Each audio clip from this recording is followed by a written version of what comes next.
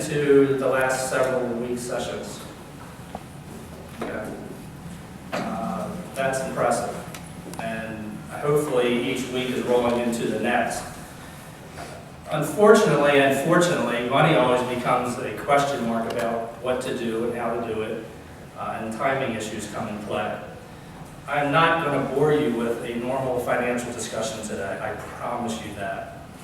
We will talk about and challenge some mindsets, so I won't apologize for any of that.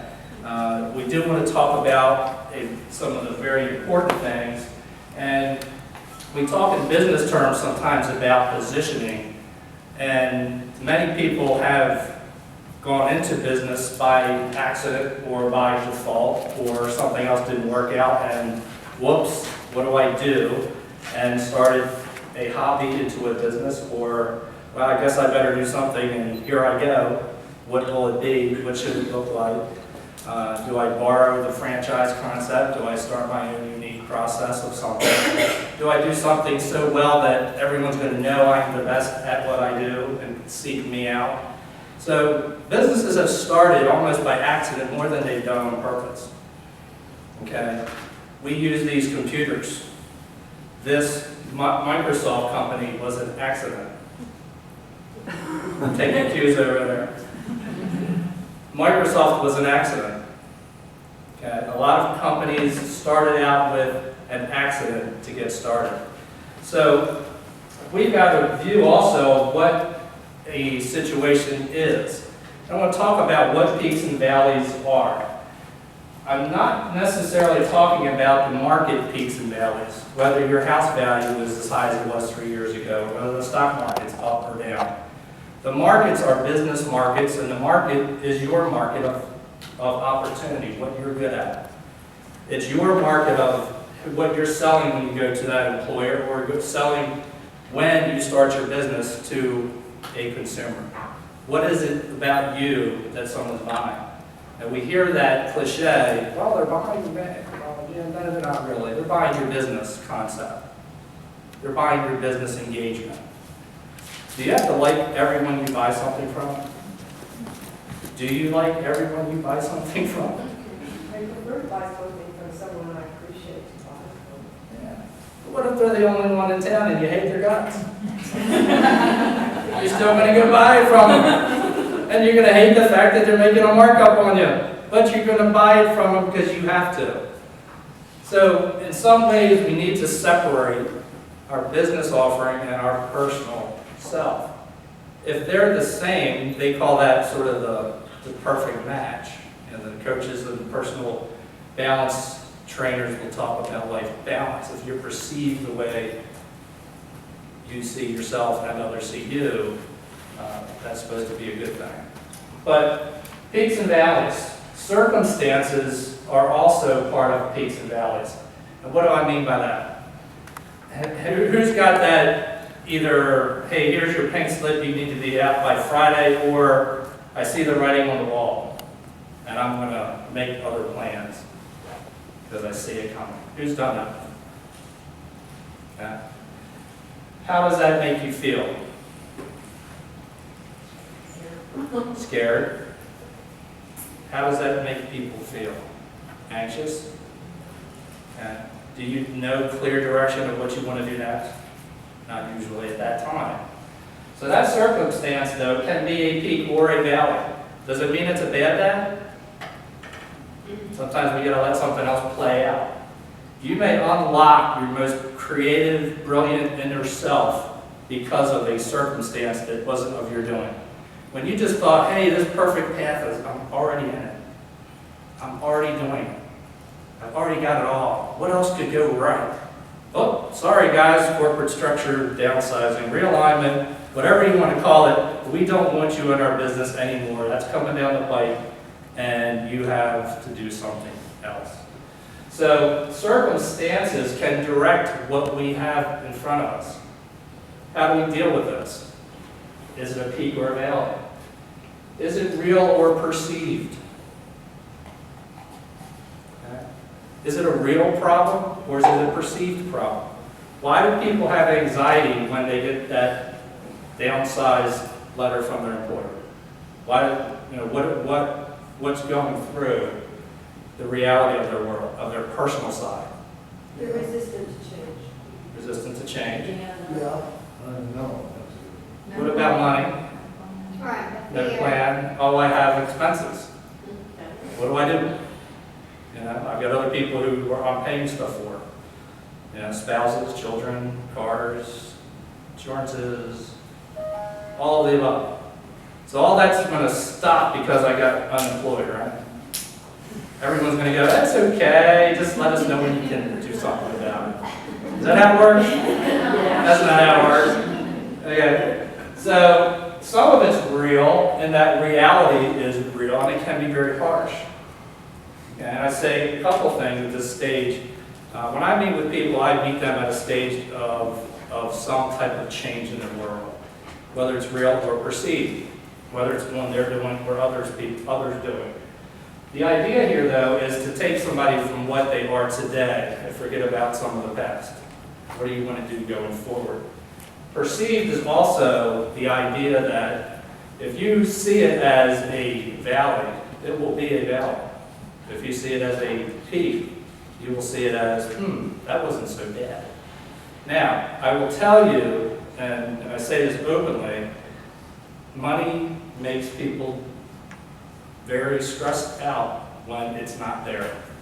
And in the early 2000s, everybody remembers sort of the internet bubble and all the stock market went crazy and that fell off the chart in a half a year.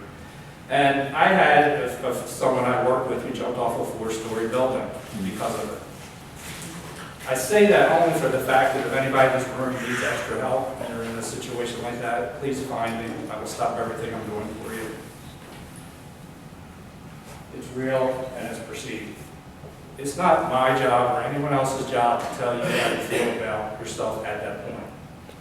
Okay? If we can reach out, or someone reaches out because they see it, that we need it, that's something we want to look at. In front of you is a piece of paper, and that's something you can take notes on as well, and it is what I call the financial junk drawer. They say a picture tells 1,000 words. I think y'all just got it. Wow. Pretty simple, isn't it?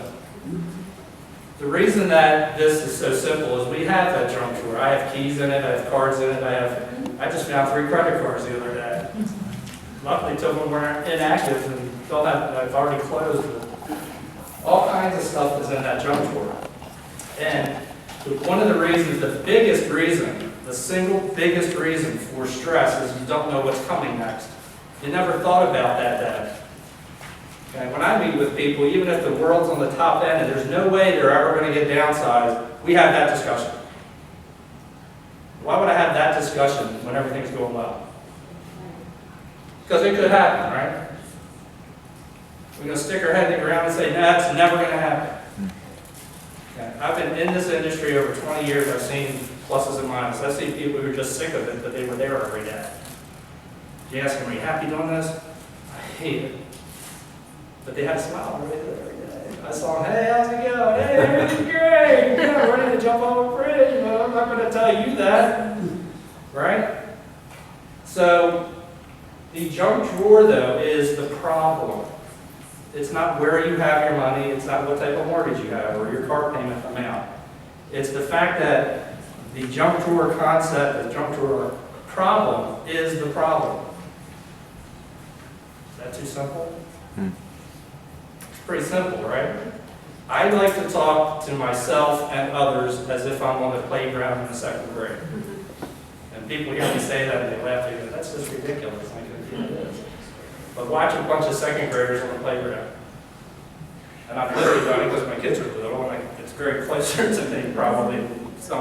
But the idea is if you watch them engage each other, they do it in a very serious manner, but fun. You can tell what they like and don't like. Okay, you can get all kinds of body language really easily. With us, we get real serious when we start getting employed and working jobs. Everything becomes serious. So now we're not having fun anymore. We're just going to work. We're just doing that thing that makes us money. And if that's all that is, Who's excited to get up Monday morning to go to that? Okay. So again, is it a peak or a valley? Okay. And the one issue that comes into play is this. If you knew for the next 3 to 5 years you would not have one issue of cash flow, would you have as much stress that day?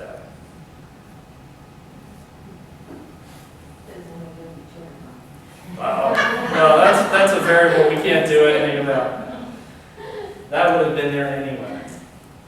So think about that concept. Now, for some in the room are looking to be reemployed. Can you show me hands? Okay. Now, how does this affect what you're doing? It's still a positioning issue. Okay? Money and a junk drawer concept tells us that if I know that it's not efficient, I know that the person isn't positioning themselves for any sort of circumstances. So when we look at defining an ideal set of things, variables in place, we want something that works under all circumstances. Okay? If you notice so far, I haven't talked about where you should put your dollars, what type of this and what type of that you should have. Because that's like step 5 for me. Okay? Where stuff is the issue. How it's positioned is the real problem that we deal with initially. Ideal positioning. October 2nd, 1993, I was killed in a car accident, dead 6 minutes. Best day of my life. Don, that was an outward laugh if you didn't know. Sorry. I was employed at the time. I was lived in Baltimore, worked in Georgia Avenue in D.C. for a medical company called MedCall, which is now Maxim Healthcare. The owner's now in the Baltimore Ravens, so they've done pretty well. And at that time, the growth curve was pretty up. You know, they had stuff going on all over the country. People around me in that company were being moved to California and other locations throughout the country to grow new areas. I also was the last of 7 children, and my parents were still around. My wife and I had just been married 3 years. We were having our wedding anniversary that night. We go to the Fells Point Festival, usually on a weekend. Our anniversary is September 30th, 1990. So that day was, she went to visit her grandparents. I went to visit mom and dad. We were going to meet back at the house. And I didn't make it there. Best thing that ever happened to me. How many people would see that as available? I have to be honest, I did for a while too. 2 weeks into that, after being home, I couldn't talk. I TMJ for months. I was on medication. I hate a bad medication and that. And we find out we're pregnant. Were for about a month prior to this, October 2nd event. Wow. How many choices did I have to get better? Did I really have a choice? Not really. You know, there happened to be a neurosurgeon at the Hopkins Bayview unit on a Saturday at 6 o'clock on a sunny day. I had been in the hospital on a Saturday in 20 years, happened to be there that day. I would not be here today if he didn't do that, because the rest of the crew really messed things up. My wife would probably be rich today, but I wouldn't help me any. So Adam was born on June 17th of 94. We've had Mason and Zoe since then. So I'm guessing we might have still had Adam, but Zoe and Mason wouldn't be here today. Okay. Now, is that a peak or a valley? Let me give you some other details. As I was sitting in a rehab, I had a hip issue. I ran into my buddy who I played baseball with when we were 11 years old. And Larry looks over a couple times and he thinks it's me, but he's not sure. I mean, I got Swami hats going on and everything else. I said, yep, there is Kurt. He said, man, what happened to him? So we get to talking. How many times do you slow down long enough to pay attention? And I was slowed down in sort of a pretty big way. So if you consider that time frame, use the analogy, hey, I just got the pink slip. You just got slowed down a little bit, right? Fair analogy? A little brutal, but fair. if you don't take the time to do something with that, you're making a big mistake. And mine was a little more severe. But what he said was, hey, he was part of the largest financial firm in Towson, Maryland, and they were examining this financial engineering process for 100 and some plus planners to do. I have an engineering background, so I thought, wow, this is going to be cool. Financial engineering, that sounds neat. So I got this junk drawer thing because if I had died that day, my wife wouldn't have the lifestyle she has today. If I got disabled that day, she'd still live in the house we had bought down. Her kids wouldn't have what they have today. Circumstances. Okay, the circumstances are more defining than where you have your dollars and cents. Okay, where you think you are today. Your perception of you today. Okay, your perception of you today may not match up with your reality. And that can be good on both sides. How is that not, what is that doing in this discussion with financial issues? That financial junk drawer is too easy to get right. It's too easy to get right. Once that's in place, you can do the other things that you're going to decide to do with more confidence, more ability to really make a decision, not with the monkeys on your back, so to speak. That's a story simply of, is it a peak or a valley? And I challenge you in this room to make that decision. Decide, is this a peak or a valley for you? If you're not sure, that's okay. Head for the peak side one. Okay? Juice yourself up a little, but not too much. The other story is about corporate alignment. I have a lot of clients, actually, who are in Sherwin-Williams. In Bel Air, Maryland, I ran into one person who's the countrywide sales director, and he became a client, and then another, and another. But one of the gentlemen, when I met with him, part of our initial discussions are, well, what are you going to do if Sherwin-Williams lets you go after 27 years? Kurt, that's not going to happen. That's never going to happen. Kurt, I'm the troubleshooter. When stuff goes wrong, they call Terry. That's what I do. I know. And you've moved your family 8 times in the last 16 years. You're going to do it again when they call you? Good old Georgia, Alabama, Georgia family. Been all over the country. Kids are now in high school.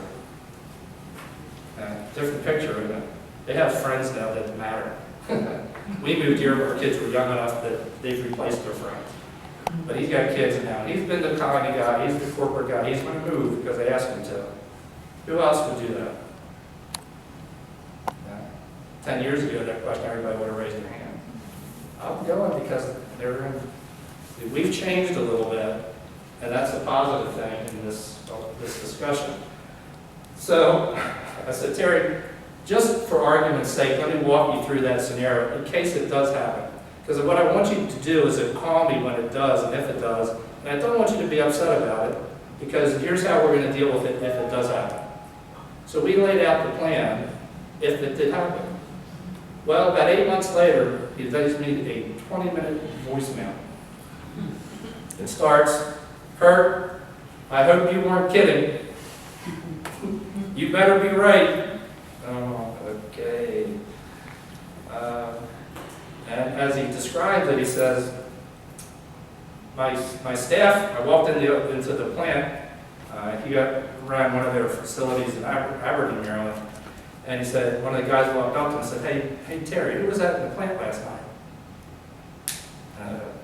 Oh, what do you mean? He says, well, they were coming through, looking around,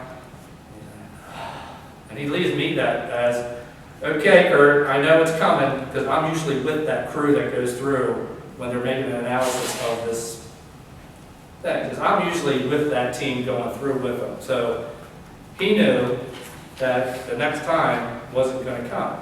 So he had already called his uppers, and they said, well, Terry, we're going to have a choice, but this time we weren't sure you were going to say yes, so we're doing our analysis without you involved in this location, because we're going to make a change here. And the difference in circumstance was his family had changed.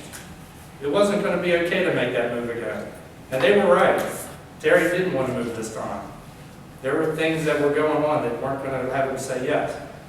He held on to the fact that, well, I hope Kurt's right.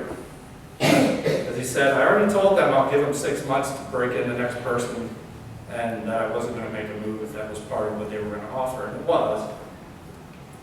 A corporate alignment, you've got to make your own corporate alignment. He decided he wasn't going to make that move with them for them the next time. And the big reason he didn't originally is because he wasn't sure how he'd afford to do that. Those are big decisions at big times with big questions. The two things that we like to do, and really defining this, is really what's the ideal position to be in financially. In all jest, the junk drawer problem is really the problem. If you knew how to handle the personal and you're considering going into business, so who's in the world that I've been in corporate, but I'm thinking about going into a business now? Others? I know there's others been through the program. What changes when you're trying to do both? A whole lot changes. Because now you got to think, okay, if I'm not so organized with my personal stuff, how am I going to run and start a business with a whole business in addition to my personal finances? How am I going to do that? If you're talking to people, and let's say you're in sales or you're talking to the public, and you're looking into their eyes and you're saying, gee, I'd really like to do that, but maybe not right now. Part of what they're saying is they may not really know if they can. It stops people from doing what they are led to do. What we want to find in our process, though, is the opposite of what most people think about. Most of the time we just think, if I had the money, it wouldn't be stressful. But what about other benefits? For those who are looking to be reemployed, are benefits an issue when you're looking around? Yes. And how important? Maybe more than the money. Maybe more than the money itself. Okay? Because those benefits have a cost, and sometimes they're unattainable in some areas. The benefits component is a big deal. Now, how many times do you really focus on benefits when you're looking at your personal junk drawer? You don't think about it at all. What do you mean? Well, I got a nickel or a dime, but I don't have this other stuff. It is important. Having a model allows us to ask more of our money. We're going to get the same dollar to do 1, 2, 3, or 4 things. Add benefits along the way. And have liquidity more so than I had before. These are defining pieces. These are part of what the word Maxim stands for. Okay? The name came from my frustration on what I wanted to call my financial business, 1998 or so. And I actually literally started reading definitions of words. And Maxim has to do with principles. I like that. I don't really like the financial industry in terms of its opinion. Everyone has an opinion. And someone may have an agenda and an opinion. You have an agenda and an opinion, and the other person may be desperate to make a sale. And where does that put me as a consumer? Is that real? A little bit? Not my best interest. We want to have our money doing the most it can do at any time. And we might want to ask more of it than we have. And what if we help me run my business, create more income, and provide money for 20 years from now? We get greedy? Or is it just possible? We just didn't know it was possible. That's part of what we want to get into. So, with having a financial model, what we do is we undo some of the problems on this page. On here, does it make sense that our financial world becomes uncoordinated? Well, think about if it was coordinated. What if it were integrated one with another? What if we understood the internal workings of one element and how it affected every other element in our financial world? What if we eliminated opinion? Other people's opinion on our personal finances is not really that acceptable. Okay? If it's somebody's opinion based on something they can prove to me, I'll listen. And put your consumer hat on for a minute. Yeah. I'm not a great consumer when people are aiming at me and I'm not sure what their agendas are. Yeah. Actually, my wife says I'm a really bad consumer. Unless I know the person's intentions a little bit. So, a lot of times we limit our money issues to needs-based issues. The industry focuses on meeting needs. And the fact is, needs are too easy to meet. Okay? We are not in a needs-driven society. And I won't put anyone on the spot, but who left this morning from their trailer park to get here? Raise your hand. Well, don't raise your hand. But you get the point. Okay? Anyone driving a motorcycle here? It's the most gas-efficient way to get here. In fact, you should have all ridden your bike out. In fact, you should have got on Angel's back, he'd have carried you. Yeah. We are not in a needs-driven economy or society. Anyone have a house bigger than they need? Anyone in buying cell phones? Anyone got a cell phone? Raise your hand. Okay, you don't need that though. Don't need it. You want it. You think it does something for you. Some people are afraid to admit that. If we limit our financial success to just meeting needs, and we fall short, where do we wind up? Stressed out, not sure of our next move, in a bad position. And you realize that I might be right about this problem? It's about the positioning. It's not about worrying whether this fund or that fund or this bank or that bank. It's nothing to do with that. It's you being in charge of your economy. Purchase products by convenience. In a prior life when I did a lot of 401k and pension plan work, it was very convenient for people to set a little bit aside. And that's fine if you can afford not to see it for 40 years. But then they had a car payment and they were paying 8% interest on that. And I went, hold on, I got to get 8% return on that 401k to offset just to break even the 8% I'm paying on my car loan. Now I understand the internal workings of each of those. And the question is, are they actually working together in coordination? They're not working together. They're working in totally separate, opposite directions. How did it get that way? I don't know. Because we have a junk drawer mentality. We make a decision, one decision at a time. We're sold products that way as well. Okay. What's the hot button? What's the current today's biggest need? Okay. Well, liquidity has been important. Remember the October 2009 discussions when the banking industry was going in the tank? What was the biggest issue on the news? So one-word answer: liquidity. Liquidity of the financial markets was at risk, and our economy is going to fail because of it. Wow, if it's important at that level, it's probably pretty important at our level. Liquidity is a big issue. Do we understand how our car insurance affects our 401k? Anyone want to tackle that one? Okay, I'm going to give you one secret, one thing to at least walk away with, and you can email me later about what you did with it. My car accident in October 1993, I had a $300,000 limit on my uninsured motorist coverage. Does anybody know what that does?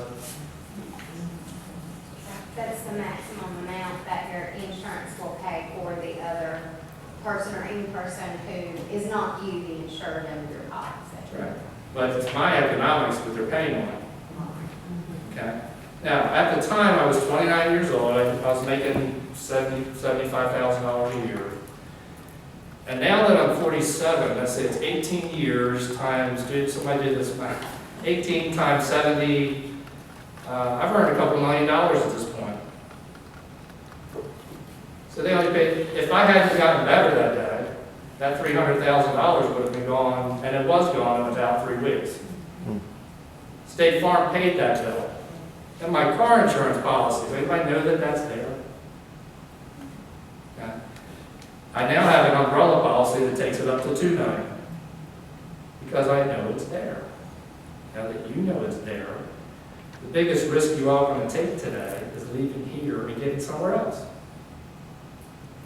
Yeah. The financial markets could go crazy. They could, the Dow could be zero tomorrow. And you got a couple dollars, you're okay.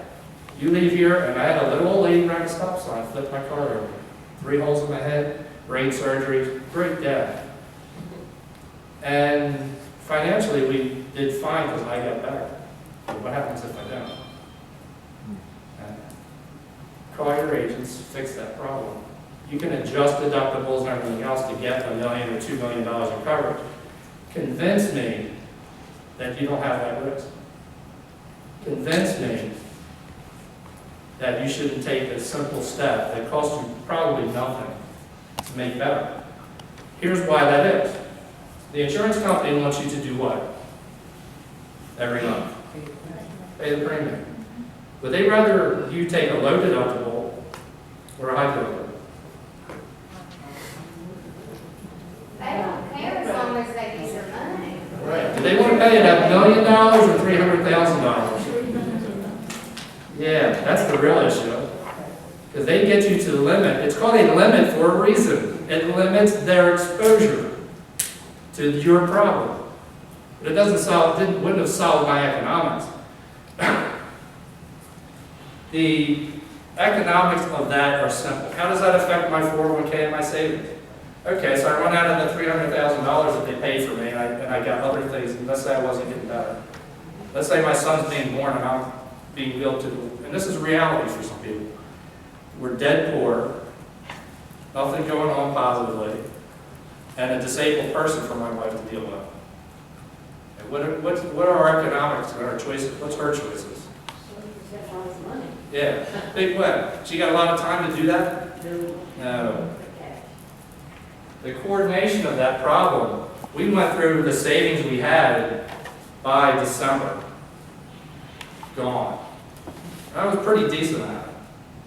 Gone. I worked up January, gone.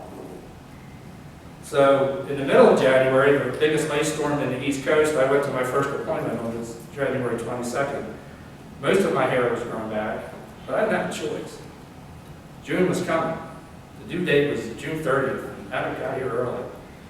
The economics were wrong. So what did I learn that day is I met my friend who was talking about financial engineering, and I had been licensed in this industry already, and I felt betrayed. Why didn't I know this? Why didn't I know this? I sold the stuff. The problem is, I sold it for the wrong reasons. Okay. If you took your income expectation over the next 20 years, isn't that the biggest problem? Whether you're making it right now or not.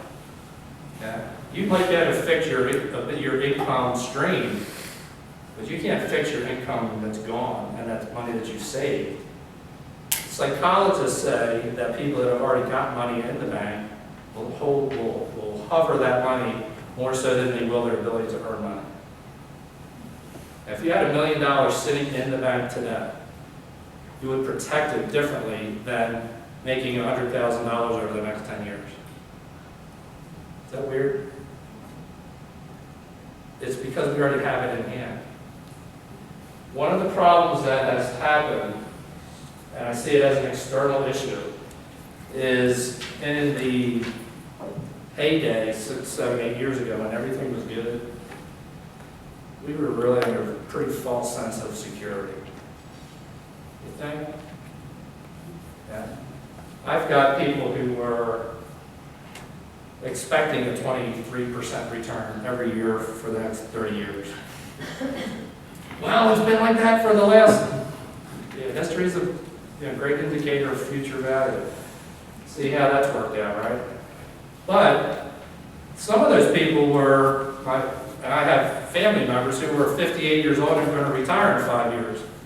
And their AT&T went from 600,000 down to 0. Wow, that's a pretty big hit when you're 58, isn't it? Pretty stupid decision, wasn't it?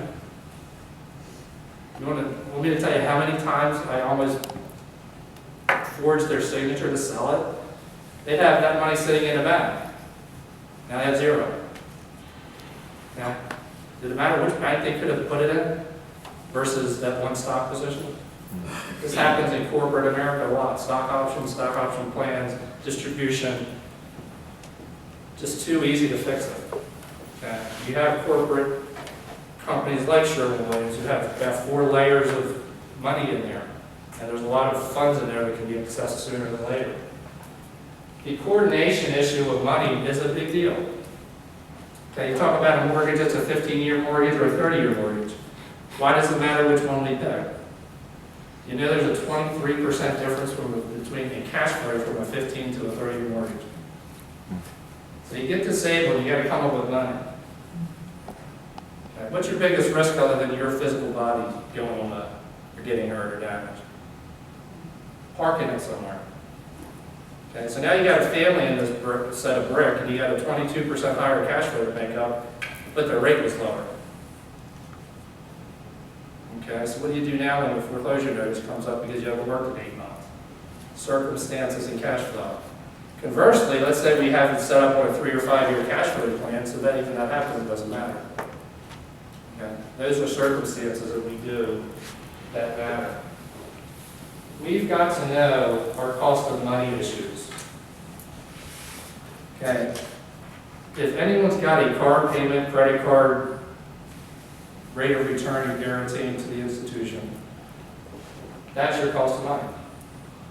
You have to outperform that number to break even. So if you have an 8% car loan, well, some other money's got to get more than that to go forward. That's a problem. We've got to know your cost of money. The flow of funds is an important issue. There are about 4 ways to access your IRA money to, 1, start your own business, fund your mortgage without paying penalties and extra charges. Then can anybody name me 2? 1? Can anyone name one of the 4 ways that can happen?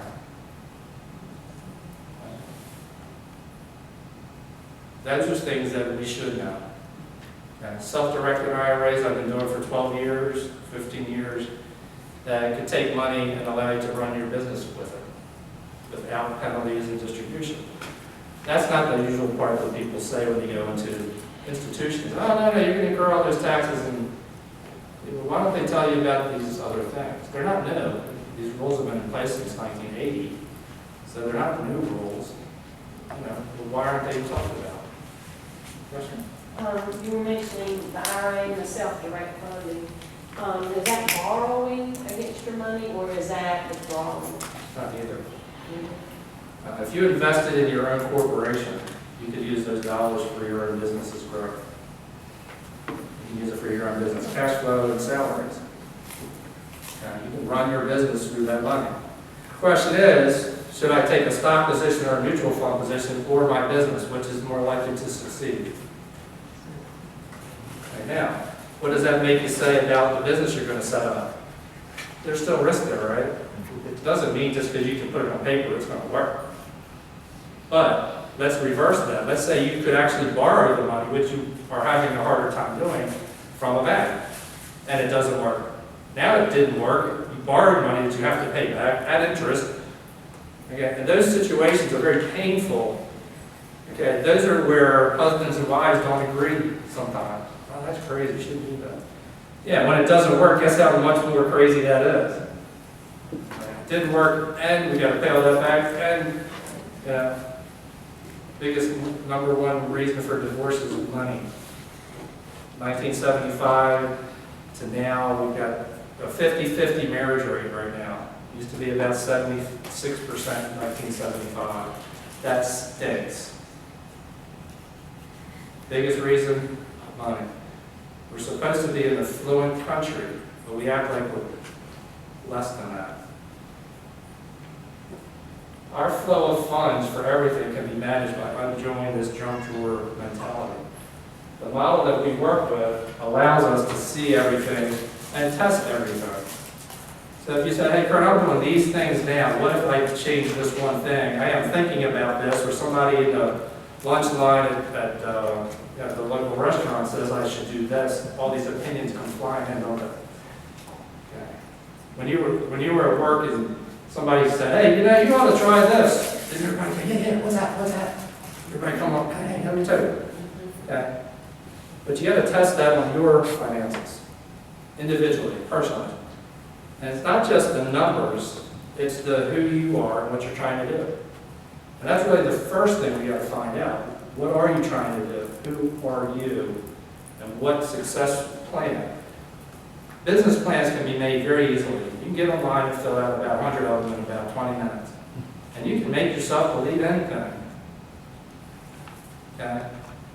But again, if you use those IRA dollars that we're talking about as an option, you still want to make sure your plan has, I used to call it, at least a 20% rate of return. And you hear people say, oh, if I break even, this and that. No. If you're not making a 20% rate of return on your business, you shouldn't have started it. Okay? You shouldn't have even got into it. Because your cost of money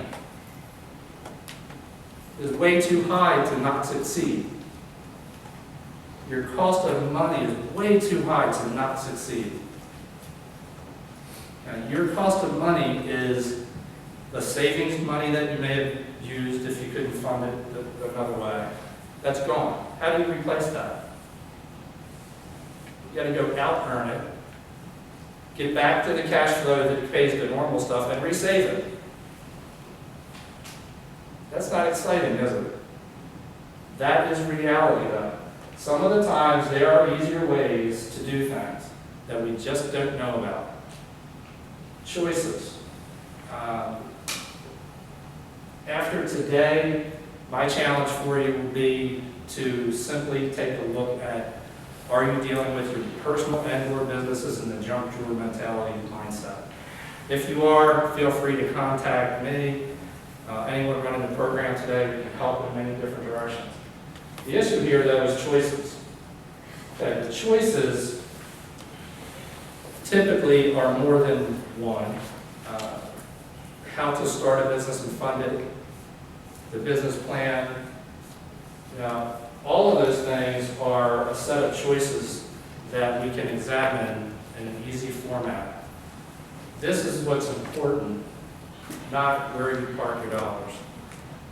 And if you're considering going into business, your business plan and how it's funded, we have to examine the effect of that on your personal life.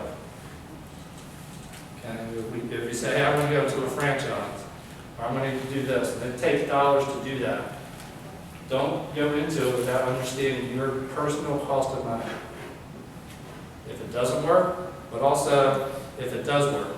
Because if it does work, you have to start at least with a 20% rate of return assumption before you should open the door. Not, I'll break even this year, not, I hope this works. The cost is too high. I have seen people become extremely emotional, depressed over losses of dollars of things that didn't work out. With that being said, there are ways to look at how finances work. A couple years ago, Angel built a website. He thinks that's a good idea, and if you read it, you'll see some of the things we talked about. But you can also access me that way with some basic information and see what we can do to help you or other people. That's my email address. You can see a few testimonials on LinkedIn. I actually was getting so many recommendations, I hate to say it this way, that I had to say, please don't send them more through. You get the point after you've seen something positive in there. And the relationships that form from that, when you look at my mission statement, it isn't to help you out and then I'll see you later. It's to buy in and be your family's advocate forever. It's not a temporary relationship. I can't do it that way. If you want a quick fix and a simple answer to one or two questions, I'm not your guy. I work exclusively by introduction or appointment only. Okay, I don't badger you or call you back and say, please, please, please come see me. I hopefully can give enough information about something that's different and unique, that stands out, that can help, and that's what, that's my marketing plan, by the way, success. And I've got success from running multiple different programs. One of those is from 0 to retirement in 10 years. And I've done it, I'm in the process of doing that all the time with people. Okay, it sounds pretty crazy, doesn't it? And that started from 0. I just lost it all. How can I do that? The good news is when October 2nd, 93 happened, and by the time my goal, as I was recovering from that, was to keep some promises. My wife didn't work. That was our plan. She hasn't since. 3 kids have been wonderful. We're now headed for college world. For those who've been through that already, hell. It's stressful and exciting. The hardest thing I've found is, you know, we're the adults and we're trying to tell our kids, and sometimes I don't always feel like the adult. Does that make sense? Because I tell them, hey Adam, you know, and I have to stop myself, because his view of the world is different than my view of the world. And your view of the world should be different than everyone in this room's view of the world. So the takeaway that I hope that you get out of that is the resources are here. You know, like I said before, if you know people who are really in dire straits and need someone to reach out, I'm the person to reach out. I will stop everything I'm doing for them. It's important to me. If you need support on whether I'm the right person or the right part of the process, I'm not the guy for a quick answer to a simple question. That is not what I'm doing. Today, I believe we're going to also have some breakout sessions at the end. I would like to introduce, start my agreement. We talk about, you know, one of the examples is